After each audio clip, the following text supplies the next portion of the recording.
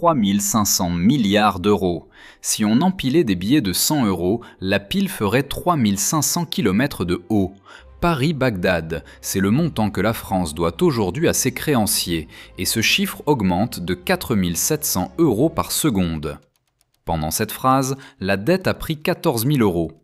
3 questions pour cette vidéo. Première, comment la France, 5e puissance économique mondiale, s'est-elle retrouvée avec une dette de 115% du PIB?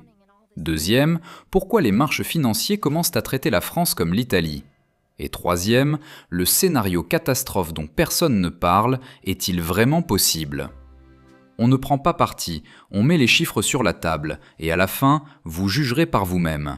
Restez avec nous, mettons d'abord la dette en perspective humaine. Si on divise 3 500 milliards par le nombre de Français, chaque citoyen, homme, femme, enfant, nourrisson, doit 51 000 euros. Une famille de 4 personnes porte 204 000 euros de dette publique sur ses épaules. Et ce montant augmente chaque jour. En 1980, la dette publique française représentait 20% du PIB. 20%, rien. La France était un des pays les moins en dette du monde occidental. Alors qu'est-ce qui s'est passé? 1983, François Mitterrand lance sa relance keynésienne. Nationalisation, embauche massive de fonctionnaires, dépenses sociales. En 3 ans, la dette passe de 20 à 30%. Puis Chirac promet de réduire la fracture sociale. La dette grimpe à 60%. Le traité de Maastricht fixe une limite à 60%. La France la franchit presque immédiatement. Et puis vient l'euro, et là, quelque chose de fondamental change. Avant l'euro, la France avait une porte de sortie, devaluer le franc, faire tourner la planche à billets. Elle l'a fait régulièrement, en 1958, 69, 82, 86. Douloureux, mais efficace. Avec l'euro, cette porte est fermée à clé. La politique monétaire est décidée à Francfort, pas à Paris. Un pays qui ne peut ni devaluer, ni imprimer de la monnaie, n'a que 2 options quand sa dette devient insoutenable. L'austérité ou le defaut. Il n'y a pas de 3e voie. Et voici le détail que personne ne mentionne.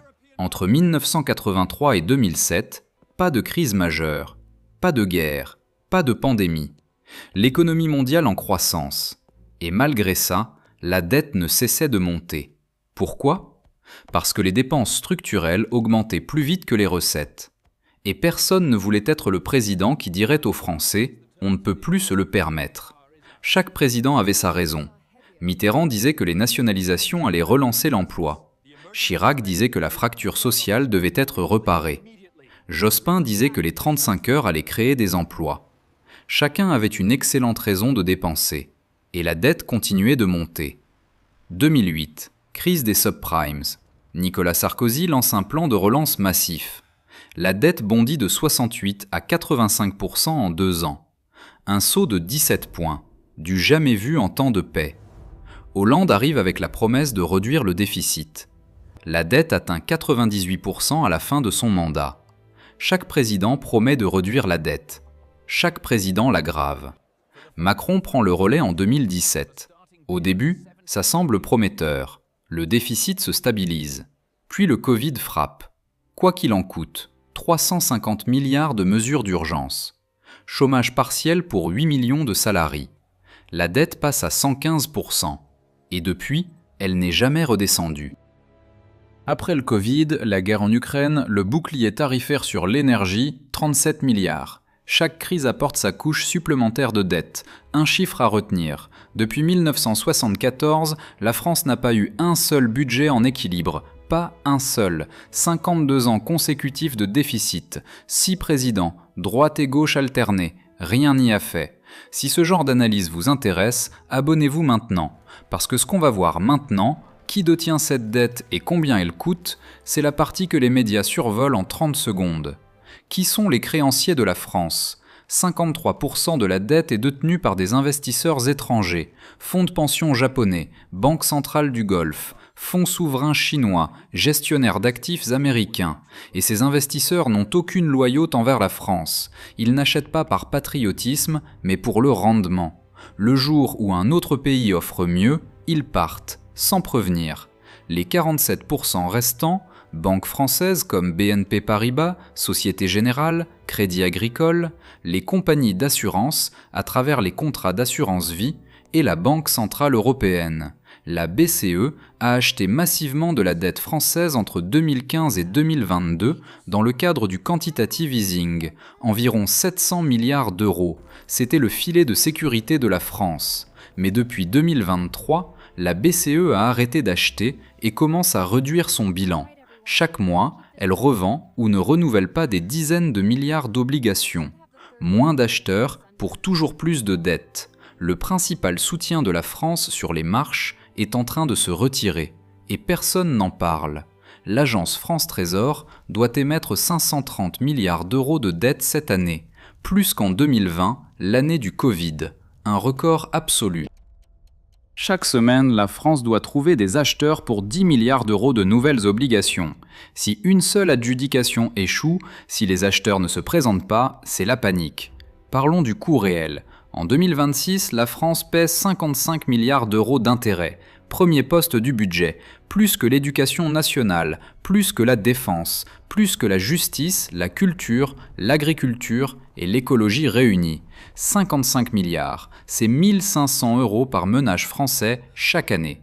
Et cet argent ne sert à rien pour vous. Il ne vous achète pas de nourriture, il ne finance pas les études de vos enfants. Il part dans les poches de créanciers que vous ne connaissez pas, dans des pays que vous ne visiterez jamais. Et pensez à ce qu'on pourrait faire avec 55 milliards, 50 hôpitaux par an, ou doubler le budget de la recherche, ou rénover 2 millions de logements. Mais non, cet argent part en fumée financière. Et ce montant ne fait qu'augmenter. En 2020, les intérêts coûtaient 26 milliards. En 6 ans, plus du double, parce que les taux ont augmenté. Entre 2015 et 2022, la France empruntait à des taux négatifs. C'était l'âge d'or de la dette gratuite. Cette époque est terminée. Aujourd'hui, la France emprunte à 10 ans à 3,92% et le spread OAT-Bund, l'écart avec l'Allemagne, est à 81 points de base. Il a plus que triple en 5 ans. La France se rapproche du territoire italien. Et si on compare avec la Grèce, oui, la Grèce, le pays qui a failli faire exploser la zone euro en 2012, les taux grecs sont aujourd'hui presque au même niveau que les Français. La Grèce emprunte aux mêmes conditions que la France. Laissez ce chiffre rentrer un instant. Maintenant, le scénario que tout le monde redoute sans oser le nommer. Il y a un concept en finance, le moment Minsky. Le moment où un système qui semblait stable bascule dans le chaos, pas progressivement. Soudainement. C'est ce qui arrivait en 2008 avec les subprimes. Tout le monde savait que le marché était surévalué. Tant que ça montait, personne ne réagissait. Et quand ça a craqué en quelques jours. La dette française pourrait suivre le même schéma. Que se passe-t-il si les marchés lâchent la France un lundi matin ? Première étape. Une agence de notation abaisse la note. Standard & Poor's a déjà dégradé la France à AA-. Un cran de plus, et certains fonds seraient légalement obligés de vendre. C'est automatique. C'est écrit dans leur statut. Deuxième étape. Les taux montent brutalement. Le spread passe de 80 à 150 points. Le coût annuel de la dette explose. Le budget est désintègre. Troisième étape. Le gouvernement doit choisir. Austérité massive ou appel au mécanisme européen de stabilité. Exactement comme la Grèce. Et la France n'est pas un petit domino. C'est le deuxième plus gros de la zone euro. Si elle tombe, l'édifice entier peut s'effondrer. L'Allemagne pourrait sauver la Grèce. L'Allemagne ne pourrait pas sauver la France. Et sans la France, l'euro lui-même serait menace. Si ces mécanismes vous éclairent, abonnez-vous, parce qu'à la fin de cette vidéo, on va parler d'un chiffre qui résume toute la situation, et que les médias ne montrent jamais. À court terme, ce scénario est-il probable ? Soyons honnêtes, non. La France reste la deuxième économie de la zone euro. Elle a des actifs énormes. Ses entreprises, son système de santé, son patrimoine immobilier, son armée, son siège permanent au Conseil de sécurité. Les investisseurs le savent. Mais le risque augmente chaque année. Chaque milliard supplémentaire rapproche la France du point de non-retour. Et il y a l'effet boule de neige. Quand le taux d'intérêt dépasse la croissance, la dette se nourrit d'elle-même. Comme une boule de neige qui grossit en dévalant une pente. En 2026, le taux moyen sur la dette est à 2,5%. La croissance prévue, 0,7%. Le taux d'intérêt est 3 fois supérieur à la croissance. La boule de neige est en mouvement. Et elle accélère. Comparons rapidement avec d'autres pays. L'Allemagne, 63% du PIB de dette, presque moitié moins que la France. Le Japon, 260%, mais 90% de sa dette est détenue par des Japonais. Le Japon se doit de l'argent à lui-même. La France, elle, doit 53% à des étrangers. Les États-Unis, 124%, mais ils ont le dollar, monnaie de réserve mondiale. La France n'a pas cet avantage. L'euro est une monnaie partagée par 20 pays, et la France n'en contrôle pas la politique monétaire. Qu'est-ce que ça change pour vous concrètement ? D'abord, les services publics. 55 milliards qui partent en intérêts, ce sont 55 milliards qui ne vont pas dans les hôpitaux, les écoles, les routes. Vous avez remarqué que les temps d'attente aux urgences s'allongent, que les classes sont surchargées. Ce n'est pas un hasard. Ensuite, votre épargne. Si les taux continuent de monter, l'immobilier baisse, les crédits coûtent plus cher. Et si un jour la France devait restructurer sa dette, les contrats d'assurance vie, 2000 milliards d'encours, le placement préféraire des Français, seraient directement touchés. Et puis vos enfants. Un enfant dans 2026 arrive au monde avec 51 000 € de dette sur ses épaules. À 18 ans, ce sera probablement 70 000. Il n'a rien demandé. Il n'a pas bénéficié des dépenses que cette dette a financées. Mais c'est lui qui paiera. S'endetter pour investir. Routes, hôpitaux, centrales nucléaires. C'est défensable.